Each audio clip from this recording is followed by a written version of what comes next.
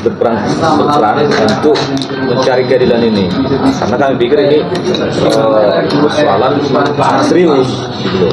Itu sangat serius, sehingga apapun nanti yang harus diselesaikan pada saat pemeriksaan saksi, agar perkara ini terang benderang dan lurus pada akhir di persidangan, agar selalu bisa memantau pada saat di persidangan berikutnya, agar tercipta hukum yang adil bagi kita semua dalam menciptakan hukum yang objektif dan adil bagi klien kami. Ikut sidang ketiga ini katanya. Ya, Sidang pertama dan kedua itu agar kronologisnya juga kita tahu. sidang pertama itu masih bersifat legalitas ya, dan sidang kedua kemarin itu penundaan karena ada berkas atau BAP yang kemarin itu sifatnya dadakan kami terima. Memang dari awal ini juga kasus ini kami tanganin, memang ada kendala-kendala yang tidak diduga, ya, tidak diduga karena memang tidak seperti biasanya juga, gitu. Kita mendapatkan BAP, kita mendapat dakwaan tuh rasanya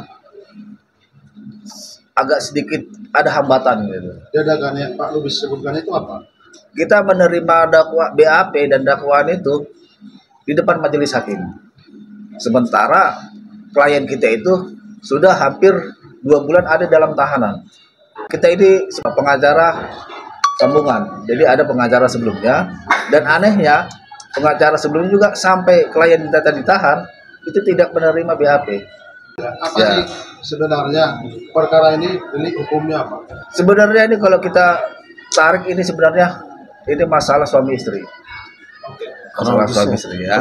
Cuma mungkin ada sakit hati dalam berumah tangga ini, ya kan, hingga terjadilah perkara pidana ini.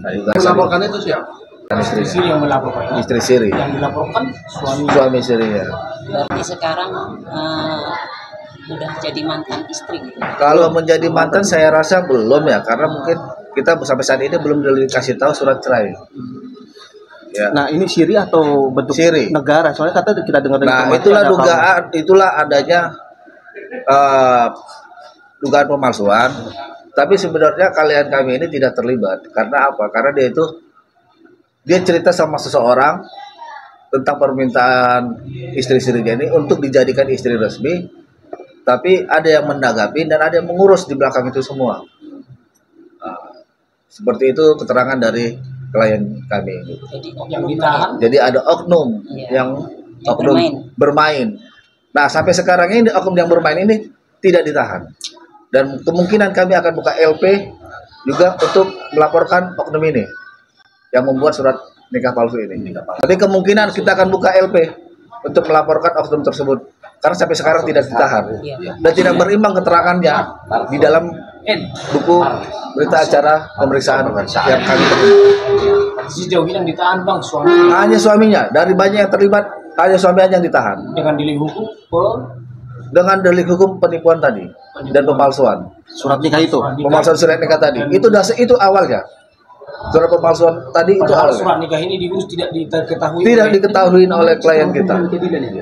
Diurus di belakang. gitu Dibungkus belakang layar dan sampai sekarang yang mengurus ini nggak ditahan. Bukan yang diurus siapa?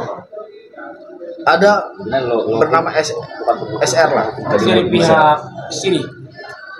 Bukan Apa dari pihak, kenalannya atau kenalannya dari pihak siri ini. yang mengurus surat nikah itu. Nggak mengurus. Yang melaporkan ini merasa tidak pernah menikah dengan terdakwa. Oh, mengakuin pernikahan itu. Tetapi kenapa Tetapi dia merasa bahwa di saat dia minta buku menikah resmi, ternyata buku nikah itu palsu. Diketahui palsunya kan?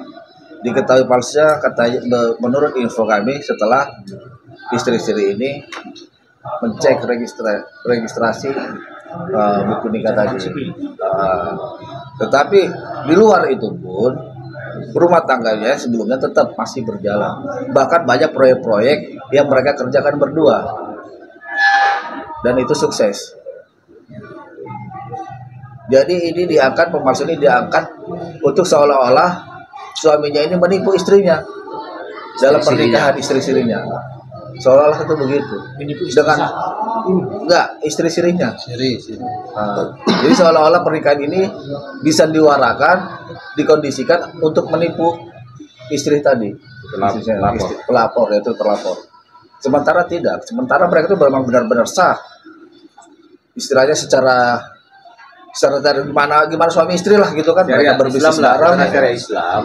ya di luar agama lah, kita bisa sewajarnya suami istri lah, saling usaha bareng, saling apa namanya, saling hidup bareng gitu loh, seperti layaknya suami istri. Emang sebenarnya kapasitas klien sendiri seperti apa sih? Yang klien bapak? Kapasitas maksudnya Kapasitas maksudnya kerja bisa bantu orang hukum sama itu? Apa pengacara juga atau gimana? Bisa dia bantu. bekerja, dia memiliki rekan-rekan pengacara juga ya. Dia berrekan dengan law firm ya. Terus apa namanya, dia sebagai pengusaha mungkin banyak koneksi-koneksi di bagian sana lah ya kan, sehingga memang bisa membantu dan diakui memang bisa membantu, dan sehingga kasus itu clear. Tadi ada yang nanya apakah sampai saat ini mereka masih suami istri. Nah sampai sekarang ini saya rasa belum ada surat cerai. Ya, Setiawan, Tapi kan kalau nikah siri itu bisa aja cuma omongan. Nah kalau dalam berita acara itu surat nikah itu nikah siri itu ada tercantum ya. Tapi kalau cerai itu kemungkinan pun ada atau enggak, tapi sampai saat ini kita belum tahu. Berarti kan ini kan lingkupnya suami istri. Suami istri. Kenapa bisa dilaporkan ke pelapor? Nah disitulah itu tadi minta teman-teman mengawasin kasus ini gitu kan, supaya jangan ada yang dikriminalisasi. Kalau ada perkawinan, taruhlah disebut tadi nikah siri, tapi salah satu pihak, ibu dari suami dari terdakwa ini yang nikah siri ini, dia yang melaporkan. Iya benar. Ada apa masalah dari rumah tangga? Kalau hanya karena itu nikah tidak sah, kalau memang ada perkawinan yang kita di situ, mau dilaporkan? Nah kalau menurut saya sih mungkin kalau dari keterangan klien kita, ini yang ibu ini yang terlapor ini tidak ingin ada yang pertama dan tidak ingin ada yang kedua, jadi ingin dia yang pertama. Dan mungkin kemungkinan juga diduga agar terdakwa kita ini bisa menentukan pilihannya kepada terlapor. Jadi pelapor ini sebelumnya belum menikah. Pengacara yang menjelaskan bahwa tujuan yang Sebelumnya memang berstatus ganda.